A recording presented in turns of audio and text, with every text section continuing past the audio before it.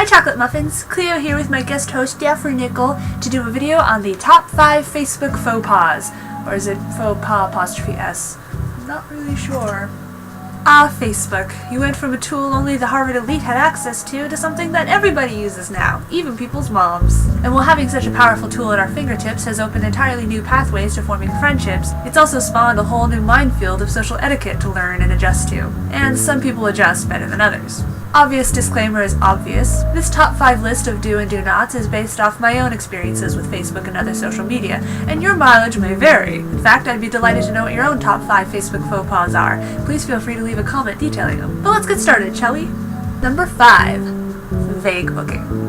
I'm sure you all know what vague booking is, even if the term itself is unfamiliar to you. Vague booking is when someone leaves a non-specific post that's ambiguous but not as ambiguous as they think it is. It's usually something like, some people should be nicer to their friends, or, I wish people would just be honest when they have a problem with me instead of like going behind my back and stabbing me, etc, etc, etc. If you yourself have never experienced posts like this, then congratulations! You either have the most mature friends on all of Facebook, or you have no friends. I know why people vague book, and gods know I've done it often enough myself. We do it because we want to get something off our chest, and we want friends to chime in and support us. Unfortunately, people usually vague book when they're already feeling upset, and trying to form a cognizant, non-insulting argument when your feelings are hurt is difficult at best. In fact, vague booking is more like shooting yourself in the foot. It's unlikely to solve your situation, and in fact is much more likely to exacerbate the problem, especially if you use vague booking as a vehicle to not so subtly insult those who upset you. Rather than exacerbating the problem with vague booking, I highly recommend you step away from Facebook for a while, concentrate on something else, and then when you're calmer, go directly to the person you're upset with and try to work it out.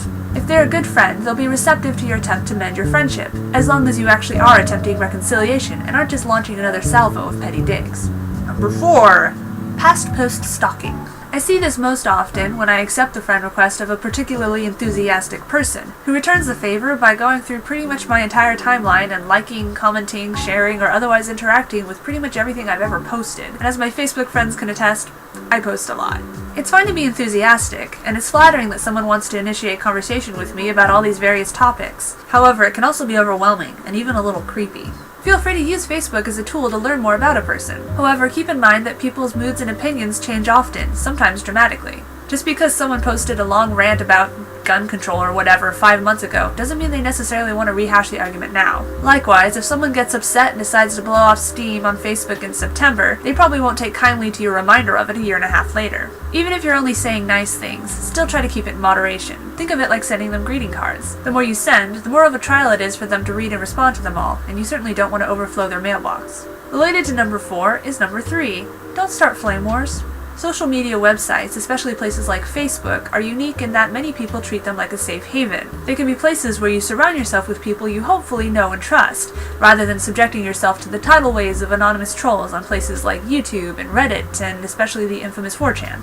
As such, it can be quite a kick to the stomach when you post something on Facebook looking for support, and instead are delivered a 5-page dissertation on every reason someone thinks less of you.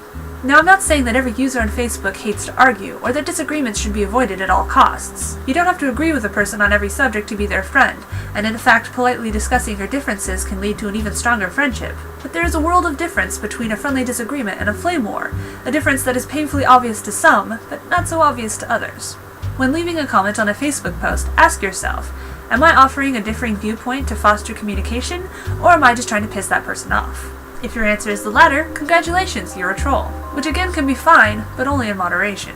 If your entire purpose behind using Facebook is to attack people, or as you might put it, open their eyes, then you might want to reevaluate just how effective your methods really are. If you establish yourself as a negative Nancy who goes out of his or her way to make everybody feel like crap, you're not going to make any friends, and in fact you're probably going to lose what few friends you already have. And if you're fine with that, then have at. But what have you really gained besides more reasons to be bitter and an even longer list of enemies? If you find yourself so diametrically opposed to someone that you feel compelled to disagree with them on almost every single thing they post, at that point you really should just unfriend them. Otherwise, do your best to work past your differences and find common ground. Friendship with someone you strongly disagree with is possible as long as you both exert effort to be polite about it.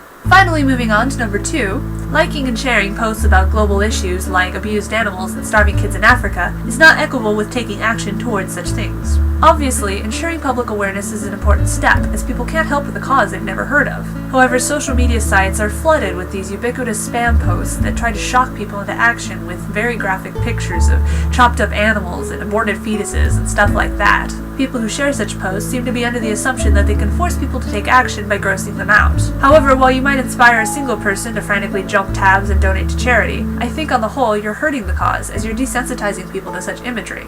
My advice, if you'd like it, is to stay away from the gore posts and try to engage people philosophically, and in so doing, try to stay away from condescension and assuming you already know what their opinions are. And going back to public awareness, that's only the first step. If you really want to influence change, you're going to have to make sacrifices. For instance, if you want to help with animal abuse, look for signs of abused animals and report their owners. If you want to help a country devastated by a natural disaster, research a reputable charity and donate money you would have otherwise spent on junk. And so on. Actions like these are what make a difference, not liking and sharing a post on Facebook. And finally, number 1 for my top 5 faux pas for using Facebook. Yes, I suddenly have a British accent, I don't know why. Liking and commenting on someone's Facebook posts will never be as important as interacting with them face to face. Now, I have been using the internet for quite some time, and I have experienced the full gamut of online interactions, from casual dalliances to everyday chat partners I eventually moved in with. I absolutely believe that such interactions can be extremely enriching and fulfilling in the human need for socialization. And for friends who live far away, online interaction is often the best, if not only, method to communicate. However, there are many social interactions you can only engage in face to face, and sometimes the onus falls on you to make it happen. It's funny how the more innovations we make to improve everyday living, the less time people seem to have to talk to one another. I mean, how many times have you tried to engage social interaction only to be told, "Sorry, I'm way too busy"? And unfortunately, that's what a lot of these people honestly believe. But if you take the effort to write down your schedule and critically look at how much time you spend doing this or that, I'm certain that many of you would discover quite a lot of wasted time that you could have spent having fun with your friends. So how about, for the sake of fulfilling basic human needs, you close Facebook, call up a friend, and invite them to hang out sometime this week. Thank you very much for watching this video.